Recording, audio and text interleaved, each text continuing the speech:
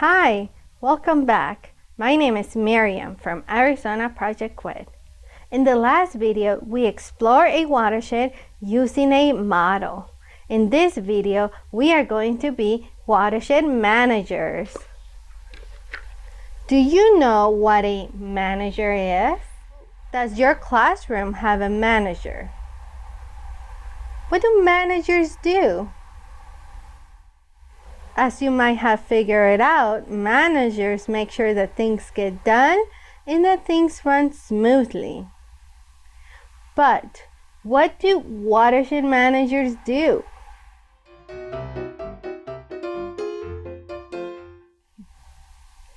That's right, watershed managers manage the water systems within the watershed.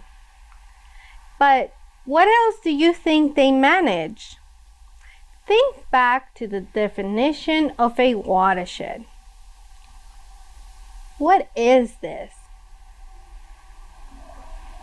A land area that drains to the low points.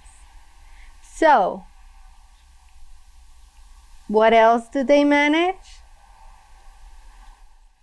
Watershed managers manage the land, the forests, the cities, and the grasslands.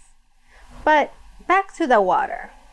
People often want water where it's not flowing, so watershed managers can help with that. We are going to be engineers trying to figure out this question. How do we store and move water to where we want to use it? How do you think we can do that? Let's start by remembering where the water comes from in our watershed. Mostly we have rain and snowmelt on the mountains, coming from the mountains.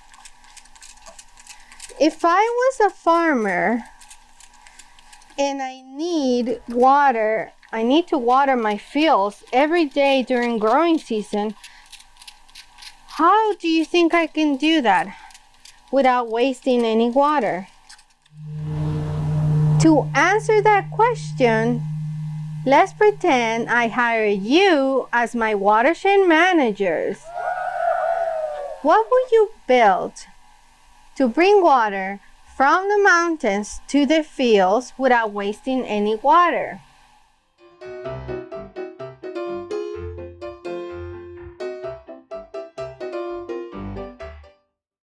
For this, I'm going to use a piece of clay that represents my engineering materials, such as cement. Where should I place the clay to bring the water from the mountains to the fields without wasting any?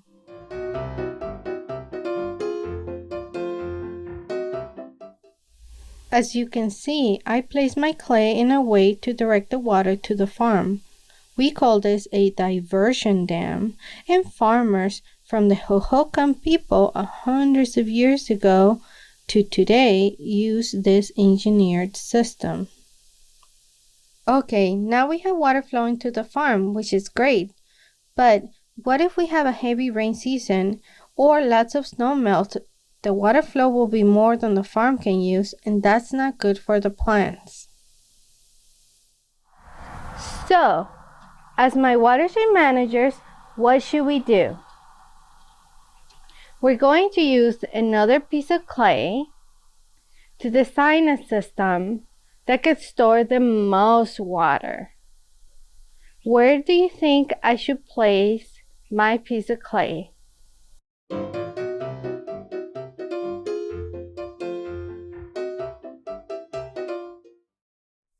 I place my clay up high where there's a large area of lower ground. Let's see what happens when it rains in the mountains. Whoa, look at that. The water is accumulating. Do you know what we call a human-made lake? We call it a reservoir. In a reservoir, you're storing water to use in the future. The clay is representing a dam.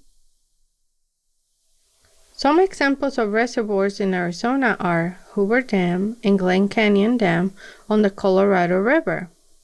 What might that be better to have too?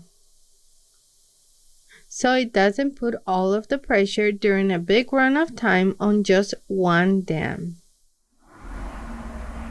Awesome! You guys are such a great engineers. Now we have water that is stored and we can bring it where it's needed. In a watershed, engineers and watershed managers move water using a system of pipes and canals to bring water where it's needed. This structure running across our model is an example of a canal that is bringing water from some other area outside of our portion of a watershed. I have a tube here that represents a pipe. This is a small scale of a real piping system that sometimes stretches hundreds of feet. Where do you think I should place this tube to bring water from our reservoir or stored water to the city over here?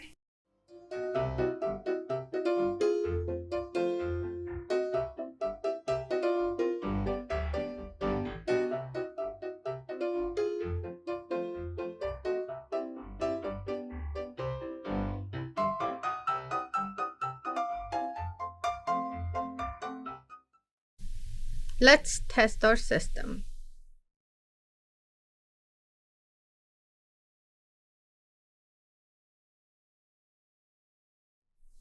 Yay, it works!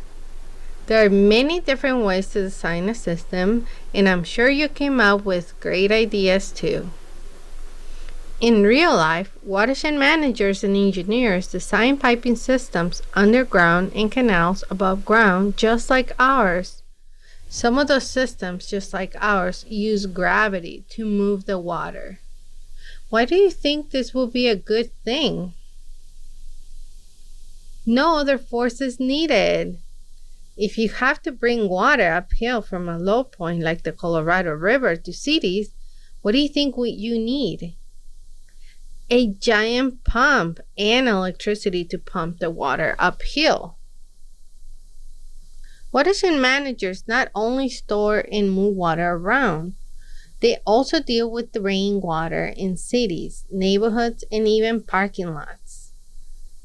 I'm sprinkling some coffee grounds in the neighborhood. What do you think this represents?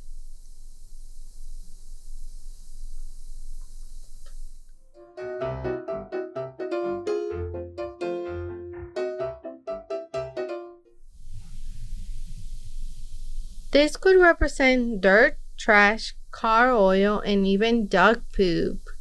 When it rains, the water coming down is clean and clear. But what is happening to the water when it touches the coffee? As you can see, the water is turning brown and is draining to the low points, which is my small river here. When runoff is in a city, we call it storm water. And watershed managers try to help people keep the storm water clean. Storm water can pick up trash, dog poop, oil, and it can become polluted. Where does storm water go? To the low points. What's in the low points again? Our rivers. Will you swim in this water? Probably not. How about the animals? Do you think they would like to drink from this contaminated water? I don't think so. Probably not. Stormwater is something that we manage as watershed managers in our city. Do you live in a watershed? Yes. And are you a watershed manager? We are all watershed managers because we all contribute to the quality of water. Let's review what you just learned.